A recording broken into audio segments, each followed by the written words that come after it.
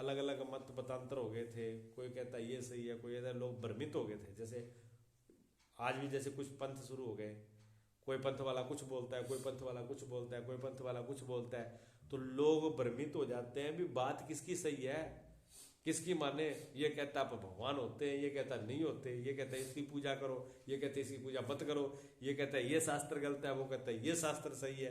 अब किस किसकी माने, आदमी पागल हो जाएगा सुन सुन के। उस टाइम में ऐसा हो गया था सिस्टम, अलग अलग लोग अपनी अपनी बातें करने लगे। तो आदि गुरु शंकराचार्य ने फिर शास्त्रार्थ करके उनको सबको सफाया किया। तो उसी टाइम में एक पंडित थे, बहुत विद्वान पंडित थे, भारत के माने हुए, जिनका पूरे भारत के अंदर झंडा था। उनके कोई भी उनसे शास्त्रार्थ कर ले, शर्त ये थी हार जाएंगे तो वो हमारा शिष्य बनेगा, हार जाएंगे तो हम उसके शिष्य बनेंगे, शर्त यही होती थी। तो हजारों शिष्य थे। उनका नाम था खंडन मिश्र। खंडन मिश्र उनका नाम था, और वो इतने प्रसिद्ध थे। तो कोई अगर उनके पास जाता कि मैं शास्त्रार्थ करूंगा, उनसे बात करूंगा, तो उनके गेट पर तोते बैठे होते थे। तो वो तोते संस्कृत में बोलते थे।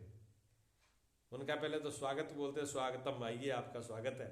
फिर संस्कृत में पूछते हो आप कि तुम किस काम से आए हो, आप किससे मिलना है। तो जब वो ब्राह्मण जो आता था शास्त्रार्थ करने के लिए, वो तोतों की बात सुन करके वहीं से प्रणाम करके गेट से ही चला जाता था वापस। भी जिसके तोते इतने पढ़े लिखे हैं, वो आप कैसा होगा, उसे कौन मता मारेगा, बात तो हारी जाना है, इसे तो यही राम राम करो चलो। तो वो तोतों को ही राम राम करके चल देता था ऐसे। तो जब आदि गुरु शंकराचार्य पहुंचे, तो ये तो सिद्ध पुरुष थे, विद्वान थे, योगी थे। इन्होंने शास्त्रार्थ किया, शर्त इनकी वही थी। खंडन मिश्र को हरा दिया इन्होंने।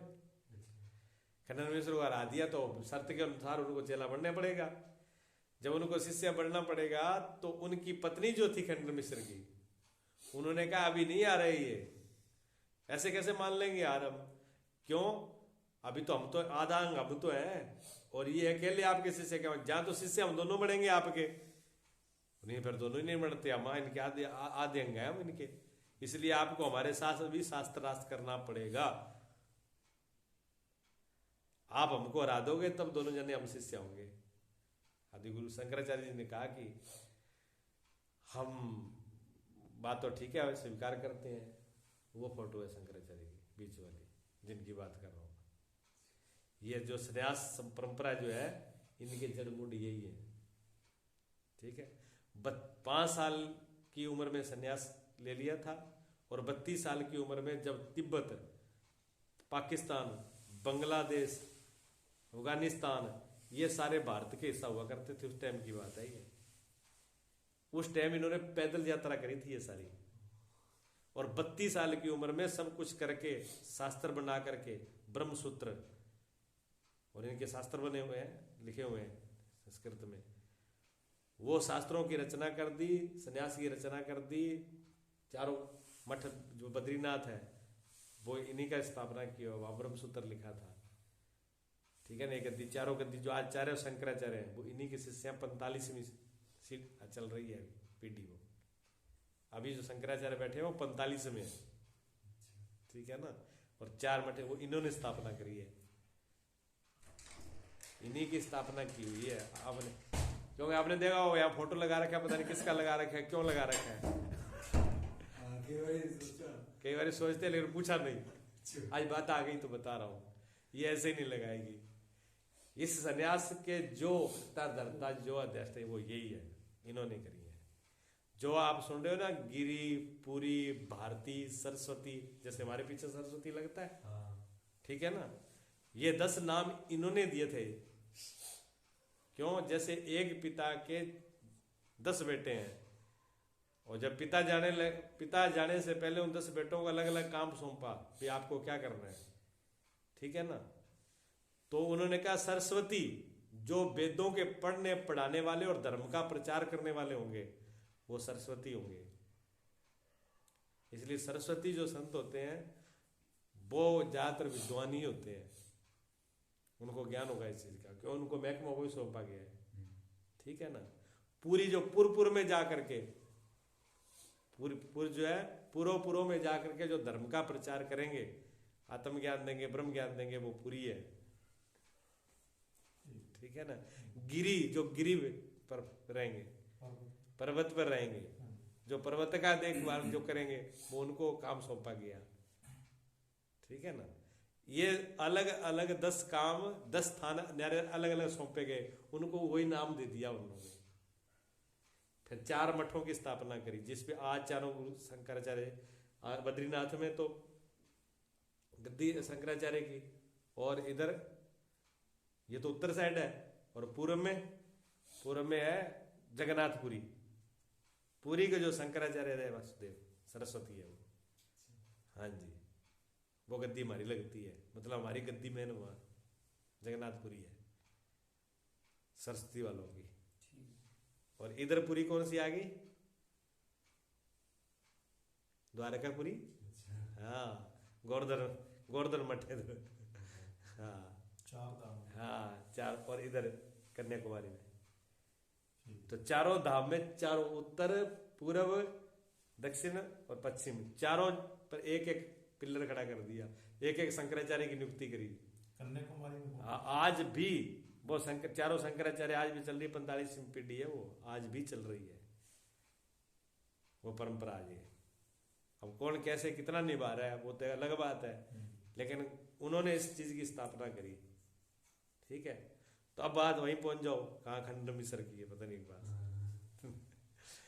खंडन मिश्र की पत्नी ने कहा कि आप मुझे हरा दोगे तो फिर आप सजा से लेंगे। उन्होंने कहा ठीक है पूछो। लेकिन खंडन मिश्र की पत्नी ने ऐसा प्रश्न पूछा कि शंकराचार्य जी को पसीना आ गया। अगर वो जवाब देते तो भी हारते हैं, और ना दे तो भी हारते हैं, दोनों में प्रश्न ऐसा कर दिया उन्होंने। उन्होंने कहा कि गृहस्थी का क्या धर्म है, बताइए आप। अब गृहस्थी का धर्म तो वो बताएगा ना जो गृहस्थी में गया हुआ है, पति पत्नी का धर्म क्या होता है। अब ये तो बाल ब्रह्मचारी थे, ये तो इन्होंने गृहस्थी में गए नहीं। अगर ये बताएं कि गृहस्थी का धर्म ये होता है तो फिर ये कहेंगे आप ब्रह्मचारी हो, आपको क्या पता। तो फंस जाते, ठीक है ना। अगर वो नहीं बताते कि मुझे पता नहीं है तो हार मान लो, फिर हमारे चेले बन जाओ। अब शिष्य भी बन नहीं सकते वो। शंकराचार्य ने कहा भी बात तो ठीक है, आपने प्रश्न तो उलझा दिया, लेकिन पहले शर्तें होती थी, जो संवाद होते थे वो 6-6 महीने चलते थे। उन्होंने कहा कि आप टाइम दो मुझे, 6 महीने का टाइम दो। तो 6 महीने का टाइम लेकर के शंकराचार्य जी फिर हिमालय जाते हैं। हिमालय जाते हैं, अपने शिष्यों से कहते हैं देखो कैसे शिष्य होंगे जिन्होंने उस शरीर को 6 महीने संभाल के रखा। उन्होंने कहा ये 6 महीने शरीर में छोड़ूंगा यहाँ पर, और ये किसी को कानो कान खबर नहीं होनी चाहिए, और कितने तरीके से रहेगा ये यूं में रखनी पड़ेगी। और ये नहीं कि उसको ढक करके रख दिया जाएगा तो शरीर बॉडी रहेगी नहीं, कितनी भी दवाई में अगर ढक के रख दो तो उसमें वो बॉडी जो है कमी आ जाएगी।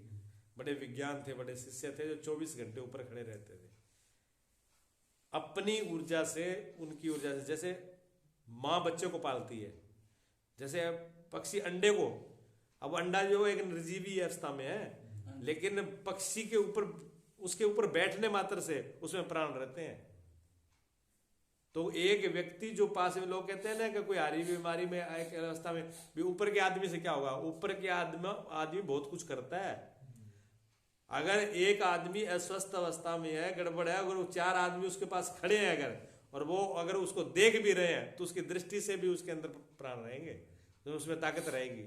वहां से जब सब कुछ हटा दिया जाएगा तो वो व्यक्ति, उसकी ताकत कम हो जाएगी।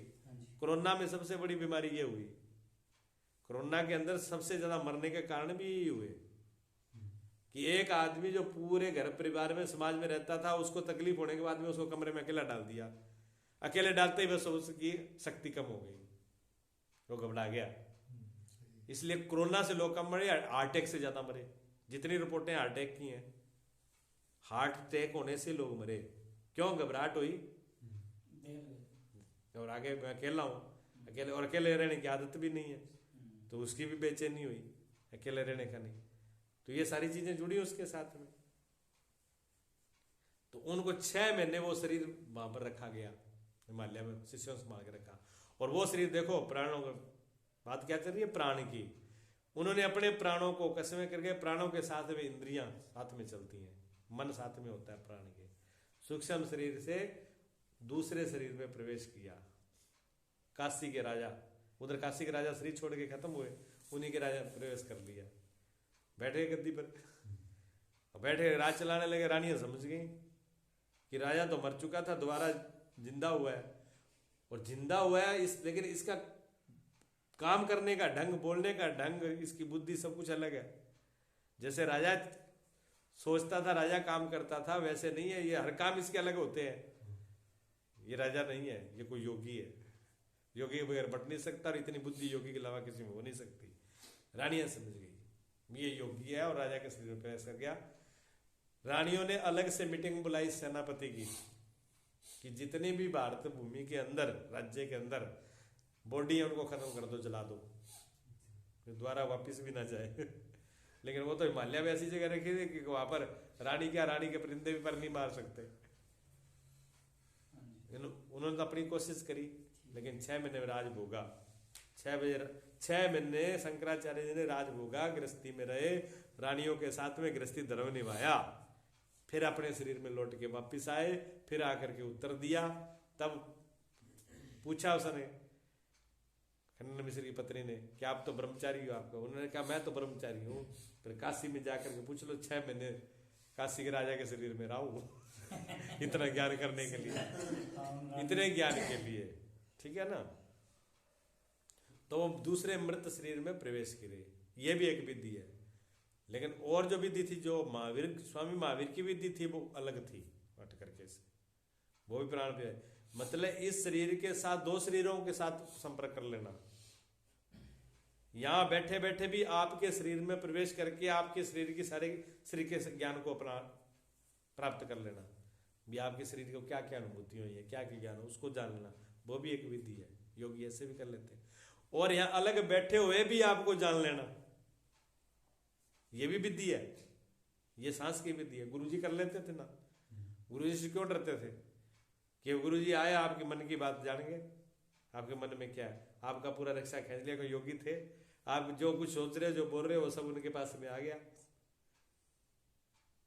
वो सरदार गुरिंदर सिंह कभी को कहता है कि मैं दोपहर को आया गुरुजी के पास में, तो अंगूर थे गुरुजी के पास, कि गुरुजी ने थोड़े से अंगूर दिए मेरे को, और मेरा अंगूर का इन्ने मिठे इन्ने चंगे लगन, मन कितना कि थोड़े होर नजारा आ जाए। गुरुजी कहते मुट्ठी भर के, कल तेरे मन में सरदार है, तेरे मन में और आ रही है भी अंगूर चंगे और खा ला तेरे मन में और आ रही है। वो कहता गुरुजी तो पता बड़ा लगता है बोले नहीं। और ऐसे कितने लोग हैं, गुरुजी के मिलने वाले कितने लोग हैं जो इस बात को बताते हैं भी हम घर से सोच के आते और गुरुजी बता देते, उत्तर दे देते, बिना बोले उत्तर दे देते थे, उस चीज को जान जाते थे। गुरुजी कह ले परमात्मा, अंगूरों का आनंद अच्छा लग रहा है, परमात्मा का तो आनंद पता नहीं कब लोगे, जो लग रहा है वही तो लो। बात को जान जाते थे, रख जाते थे पहले। और ऐसे संकल्प से, प्राणों के संकल्प से जो काम नहीं होता था उसको, वो काम अपने आप हो जाना। ये सारी योग की तो है ये विधि, ये कोई चमत्कार नहीं है भी किसी ने वो कर दिया जादू टोना। ये प्राणों के द्वारा ही ये शक्तियां उत्पन्न होती हैं। अगर प्राणों को कंट्रोल रखा जाएगा तब ये चीजें आएंगी। कैसे कैसे, ये विधि तो गुरु से होती है, कैसे किस प्राणों को करना है, किस तरीके से करना है, मनमुखी करने की चीजें नहीं है। गुरु जी एक बार बता रहे थे कि मेरे पास ऐसे जब योग की साधना चल रही थी, तो योग करते करते पता नहीं अंदर से कौन सी शक्ति जागृत हुई कि 5 किलोमीटर पर बैठा आदमी धीरे से बात करे और मुझे ऐसे मालूम पड़ा जैसे मेरे कान के पास आके बोल रहा है। 5 किलोमीटर आदमी दूर बैठा है और वो धीरे धीरे आपसे बात कर रहे हैं, और उनको गुरुजी के ऐसे मालूम पड़ रहा है जैसे मेरे पास बैठ के जोर जोर से बोल रहे हैं ये। हाँ, जैसे रेडियो जैसे पकड़ जाता है स्टेशन, कैसे पकड़ने लगा। अब देखिए वो शक्ति प्राण से अंदर शक्ति पैदा हो गई।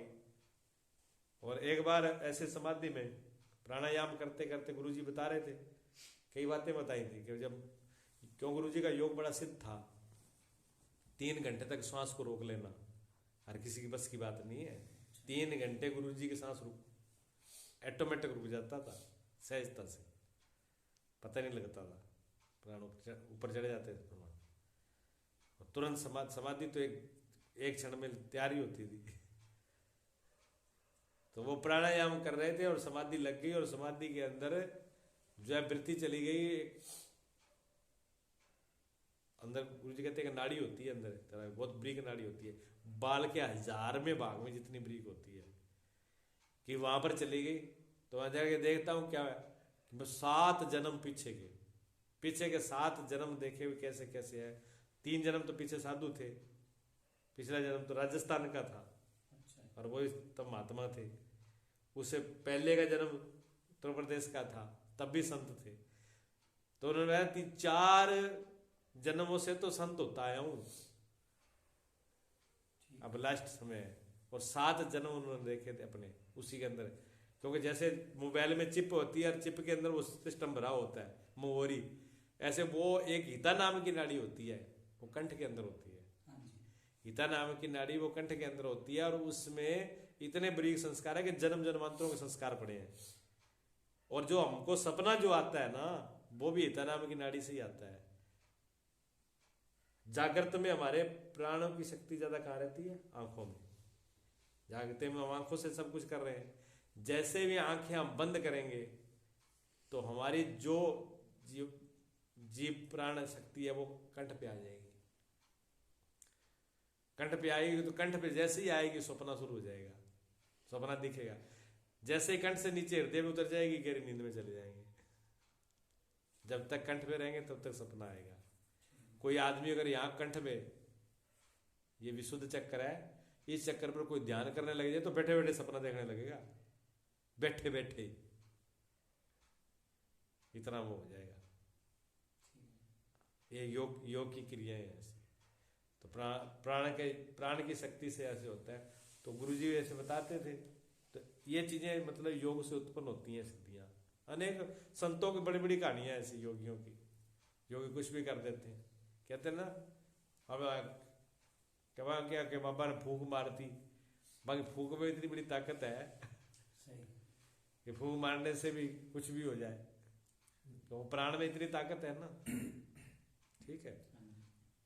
तो अपान वायु के बिगड़ने से ये सिस्टम होता है। और ये जो भस्त्रिका है, भस्त्रिका प्राणायाम करने से पेट का डाइजेशन बिल्कुल सारा सही होगा। जो भी कब्ज होना, जो भी गैस, जो भी ऐसे जो भी कुछ बीमारी है वो यहाँ से है। उसमें भस्त्रिका प्राणायाम करना चाहिए। सांस को जोर से पूरा निकालना चाहिए इसको। और कपालभाति जो होता है, इनसे ये सिस्टम सही होता है प्राणायाम में, ठीक है ना। और उसके बाद में आता है समान दोनों के बीच में। ऊपर प्राण है, नीचे अपान है, बीच में नाभि स्थान में, सुंडी के स्थान में अब वो है समान वायु। समान वायु को मैंने कल भी बताया था कि समान वायु वो है जो पूरे रस को भेजता है, संचालन करता है। जैसे ट्यूबवेल लगा देते हैं बीच में और वो सिंचाई जहाँ से जाती है, तो यहाँ पेट पे खाए पिए का वो पूरे रस को सब जगह पर पंप करना, भेजना। अगर ये भी बिगड़ जाता है तो नाभि से संबंधित बहुत सी रोग जो है वो होने शुरू हो जाएंगे।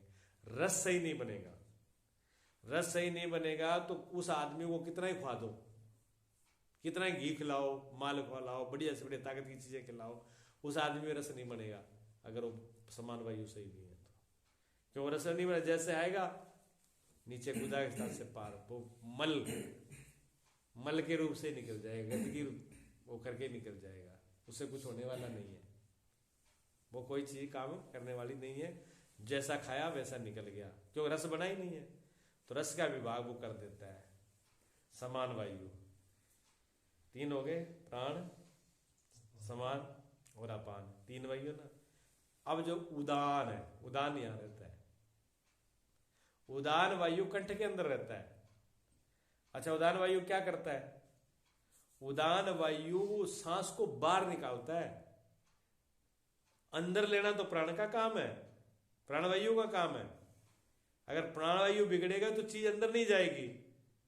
अगर अपान वायु, उदान वायु बिगड़ गया तो फिर बाहर नहीं आएगी, बाहर आने में दिक्कत होगी।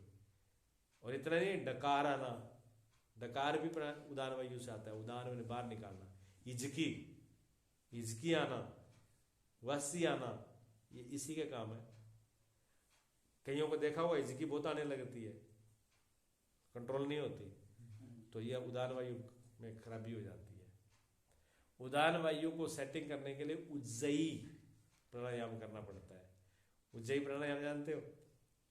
उज्जयी प्राणायाम होता है ऐसे करके, देखो सांस, पहले तो सांस को बाहर निकाल लो, पूरा सांस बाहर निकालने के बाद और गले को ऐसे खींच लेना, ठोडी को यहाँ लगा लेना,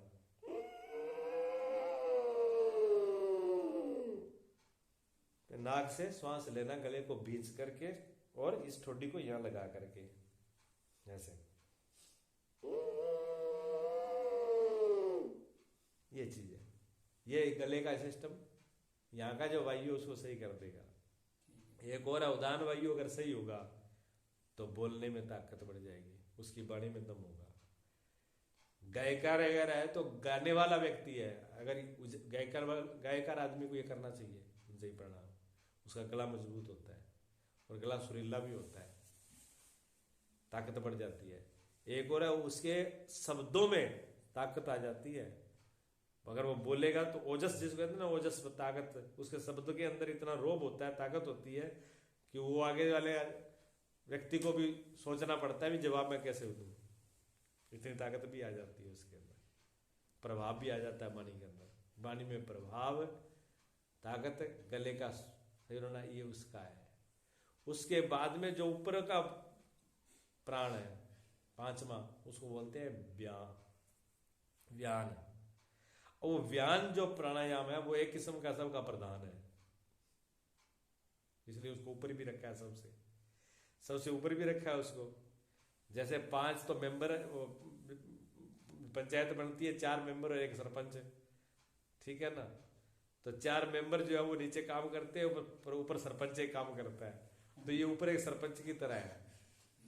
सरपंच की तरह कैसा है कि ये सभी को ताकत देता है, पूरे शरीर को।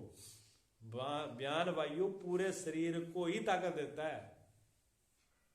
अगर वहां वायु में गड़बड़ होगी तो मस्तिष्क में गड़बड़ हो जाएगी, याददाश्त में गड़बड़ हो जाएगी, सोचने में गड़बड़ हो जाएगी, गले में भी, जो गले को भी सपोर्ट दे रहा है वो वही देगा गले के पीछे से, और जो उसमें कमी आ रही है उसको भी वो देखेगा, और प्राण में भी जो दिक्कत आ रही है प्राण को भी पीछे से सपोर्ट देने वाला, संभालने वाला है, वो भी वो काम करता है, और समान भी करता है और उदान में भी करता है। व्यान वायु टोटल उसमें करता है, पूरी नस नाड़ियों में। अब जैसे समान वायु है, समान वायु ने रस बनाया, अब उसने रस तो बना दिया, जाहिर कर दिया, एक एक अणु, एक एक सेल तक जो पहुंचाना है वो व्यान वायु काम करेगा। पूरा हाथों पैरों का मुड़ना,